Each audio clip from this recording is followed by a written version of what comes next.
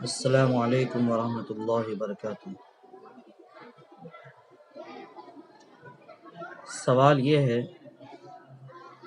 امام مسجد سے امامت کے علاوہ جھاڑو دلانا، نالیاں صاف کرانا، اذان دینا اور اس کے علاوہ اور چھوٹے موٹے کام لیے جاتے ہیں اور تنخواہ صرف امامت کی دی جاتی ہے۔ کیا اتنی قلیل تنخواہ کے عوض اتنے سارے کام لینا جائز ہیں؟ شرعاً امام کی ذمہ داریاں کیا کیا ہیں؟ ائمہ مساجد کی تنخواہ کیا ہونی چاہیے؟ تنخواہ کا معیار سے کم دینے پر متولی اور اہل محلہ گنہگار ہوں گے یا نہیں؟ مفصل جواب عنایت فرمائیں۔ سب سے پہلے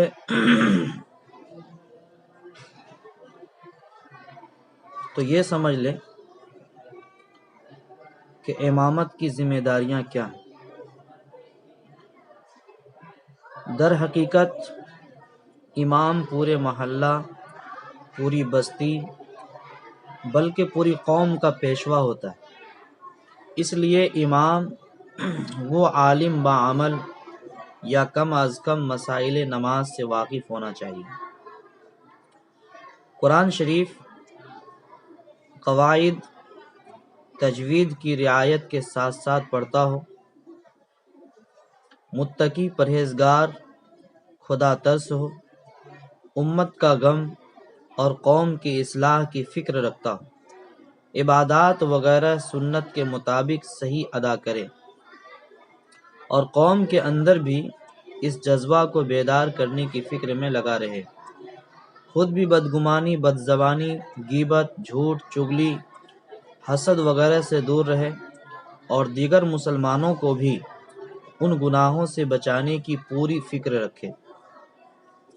خوشی کا موقع ہو یا غم کا، ہر معاملے میں صحیح رہنمائی کریں، مسلمانوں کے ساتھ ہمدردی اور خوش اخلاقی سے پیش آتا رہے۔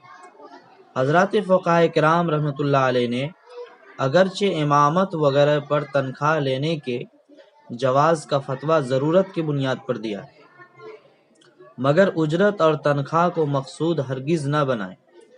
اخلاص کا تقاضا یہی ہے کہ اللہ پاک کی رضا اور خوشنودی کو مقصود بنائیں۔ حضرت نبی اکرم صلی اللہ علیہ وسلم کی سیرت طیبہ اور حضرات اکابر سلف صالحین رحمۃ اللہ علیہ کے طرز عمل کو حرز جان بنائے رہے۔ حاصل یہ ہے کہ امامت کا منصب حقیقتاً حضرت نبی اکرم صلی اللہ علیہ وسلم کی نیابت کا منصب ہے۔ اپنے کسی قول و عمل سے اس منصب جلیل کی پامالی کا سبب ہرگز نہ بنے، اور قوم کی ذمہ داری کیا ہیں وہ بھی ملاحظہ فرما دیں۔ خدام مساجد، امام و مؤذن، بلکہ خادمان مدارس کی حاجت علمی قابلیت، صلاح و تقوی کو ملحوظ رکھ کر مشاہرہ تنخواہ کا انتظام کرے، ہمیشہ ان کے ادب و احترام کو ملحوظ رکھے، اپنے کسی طرز انداز سے ان کے احترام میں کمی نہیں آنی چاہیے۔ حدیث شریف میں ہے کہ مزدور کی مزدوری اس کا پسینہ خشک ہونے سے پہلے دے دو۔ قوم کی ذمہ داری امام اور مدارس کے لیے کیا ہونی چاہیے؟ حضرت صلی اللہ علیہ وسلم نے فرمایا کہ قیامت کے روز جن 3 آدمیوں کے خلاف دعویٰ ہوگا، ان میں سے ایک وہ شخص ہوگا جو کسی کو مزدور رکھے اور اس سے پورا کام لے لے مگر مزدوری پوری نہ دے۔ مزدوری پوری نہ دینے کا مطلب صرف اتنا ہی نہیں کہ اس کی مزدوری مار لے اور پوری نہ دے، بلکہ اس میں یہ بھی شامل ہے کہ جتنی اجرت اس کام کی ملنی چاہیے اتنی دے، جتنی ملنی چاہیے اتنی نہ دے، اور اس کی مجبوری سے فائدہ اٹھائے، کم سے کم اجرت پر کام لے لے۔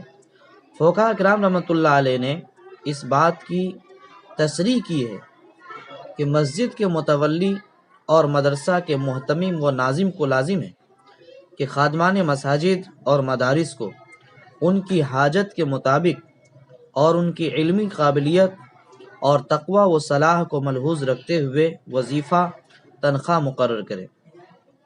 باوجود گنجائش کے کم دینا بری بات ہے، اللہ اس کو پسند نہیں کرتا، اور متولی خدا کی یہاں جواب دہ ہوں گے اور ناظم قیامت کے دن پکڑے جائیں گے۔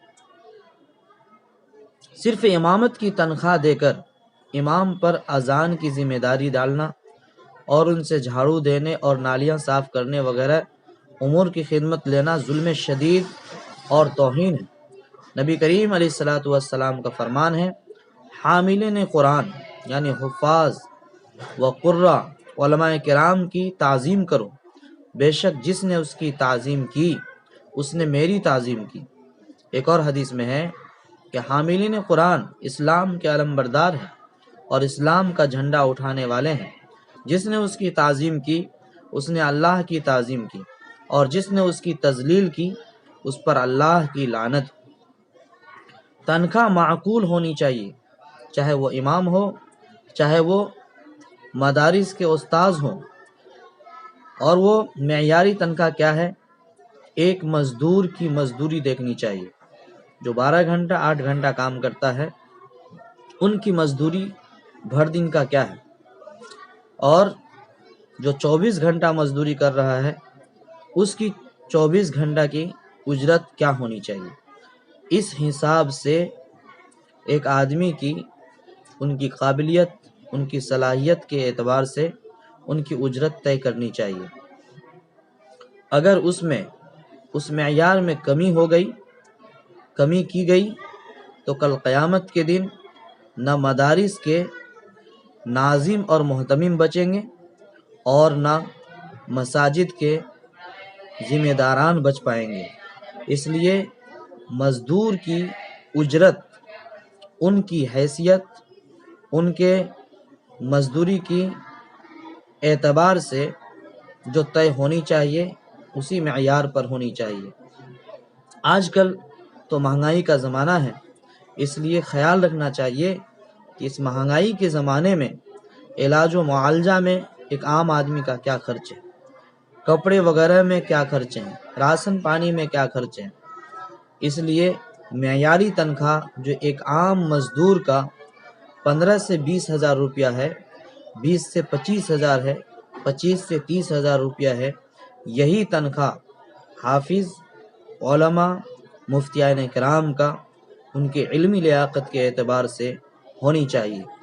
آج کے ڈیٹ میں 15,000 سے نیچے تنخواہ ہونے کی کوئی سوال نہیں بنتا ہے۔ اس سے اگر کم ہوا تو یاد رکھیے ان کی مزدوری کا حق ادا نہیں کر پائیں گے، اور پھر مزدور کی مزدوری میں سے کاٹ لینا یا پورا اجرت نہ دینا قیامت کے دن ان کے پکڑ کا ذریعہ بن جائے گا۔ اللہ تعالیٰ سے دعا کیجیے اللہ تعالیٰ ہم سب کو کہنے سننے سے زیادہ عمل کرنے کی توفیق نصیب فرمائے۔ اللہ تعالیٰ علماء اعظام، ائمہ مساجد کے اندر اخلاص کو پیدا فرمائے اور اللہ کی رضا کے لیے خدمت کرنے کی توفیق نصیب فرمائے، اور اللہ تعالیٰ عوام الناس کو صحیح سمجھ دے کہ وہ علماء کی تعظیم کرے، ائمہ مساجد کی خدمت کرے اور ہر اعتبار سے ان کو عزت دے، اور زیادہ سے زیادہ تنخواہ جو ان کے لائق ہو، ان کے علمی معیار کے ہو، اور چونکہ علم کے یہ ذمہ دار ہیں اور شریعت کے دین کے مسائل کو لے کر کے ہمیشہ رہتے ہیں، انہی کے لیے اٹھتے بیٹھتے ہیں، اور علماء نے شرعی احکام کو خود بھی وہ عمل کرتے ہیں اور دوسروں کو عمل کرواتے ہیں۔ تو چونکہ دین کے محافظ علماء کرام ہیں، اللہ تعالیٰ کے نیک بندے ہیں، تو ان کو چاہیے کہ اور زیادہ عزت کو بڑھائیں۔